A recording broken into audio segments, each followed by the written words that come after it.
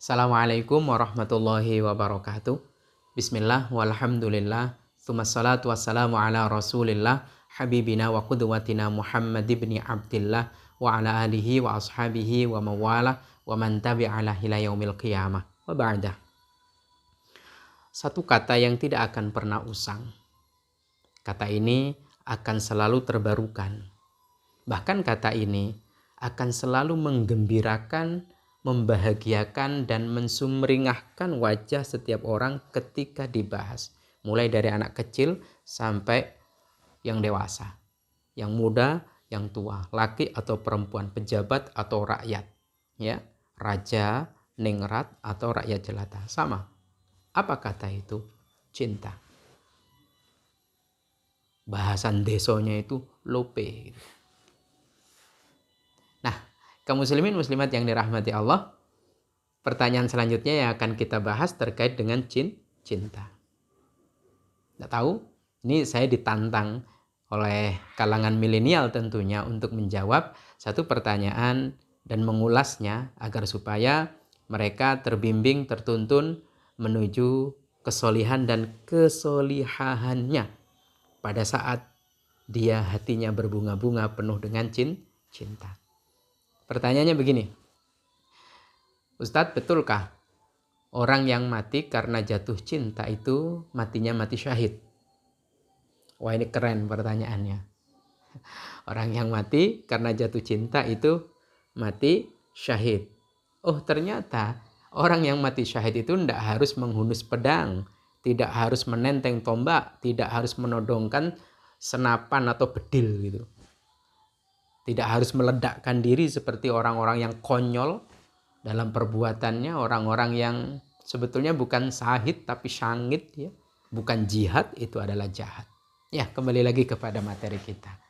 Orang yang mati karena jatuh cinta itu mati syahid. Jawabannya betul. Orang yang sedang jatuh cinta kuat sekali, lalu kemudian dia jatuh sakit, lalu kemudian meninggal dunia. Sungguh kematiannya adalah mati syahid. Mari kita simak satu pemaparan yang langsung dari sumber syariat adalah Nabi Muhammad SAW dalam sabdanya. Disebutkan di dalam kitab Faidul Qadir Syarhul Jami' As-Saghir, juga disebutkan di dalam kitab Al-Asrar Al-Marfu'ah lil Allamah Al-Qari, itu juga disebutkan di dalam kitab Nihayatul Muhtaj. Setidaknya ada 4 kitab yang membahas tentang orang yang mati jatuh cinta itu berarti mati syahid. Nah, kaum muslimin muslimat yang dirahmati Allah, mari kita simak. Ibunda Aisyah radhiyallahu anha, beliau mengabadikan satu sabda Nabi SAW. Sabdanya, man asyiko, barang siapa yang jatuh cinta, fa'affa, dia tetap menjaga, memelihara kemuliaan dan keagungan cinta itu. Tsumma mata, kemudian dia mati. Mata, maka dia itu mati syahid dan dalam keadaan syahid. Mati dalam keadaan syahid. Hadis kedua dari sahabat Ibnu Abbas radhiyallahu anhu dengan redaksi yang sedikit berbeda.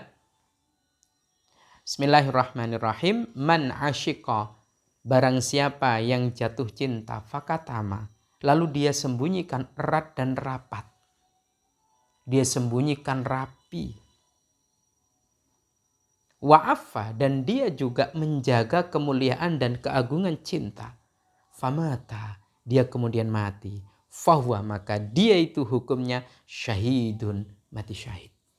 Subhanallah. 2 hadis dari Ibunda Aisyah dan dari sahabat Ibnu Abbas radhiyallahu anhuma sedikit berbeda.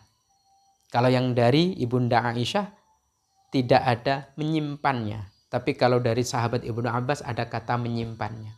Sehingga kemudian kita dapat mendapatkan kesimpulan sementara di mana orang yang mati jatuh cinta itu mati syahid setidaknya ada 3 syaratnya.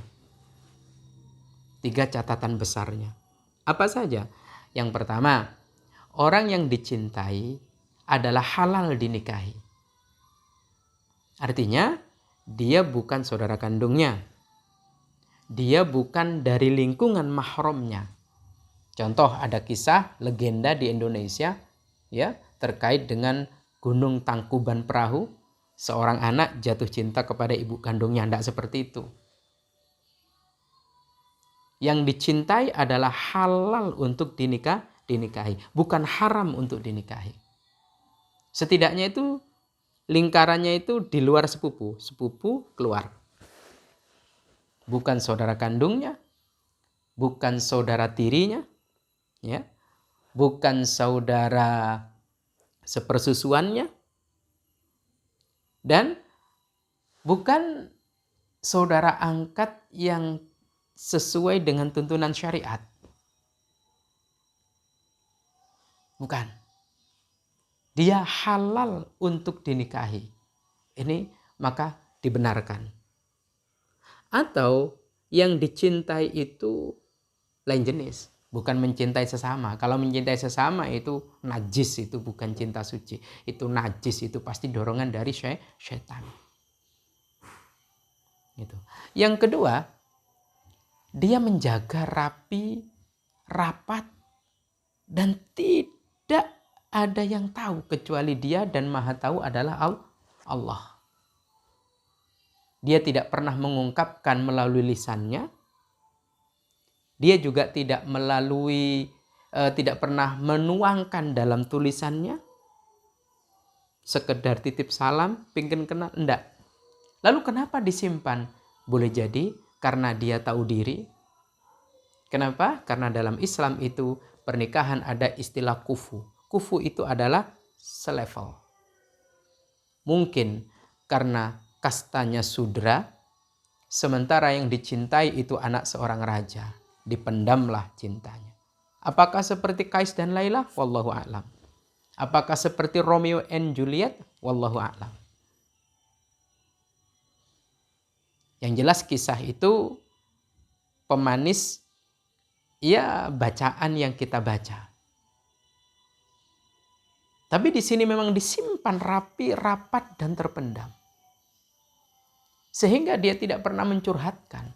Apakah curhat melalui Facebook? Tidak pernah. Melalui IG juga tidak pernah.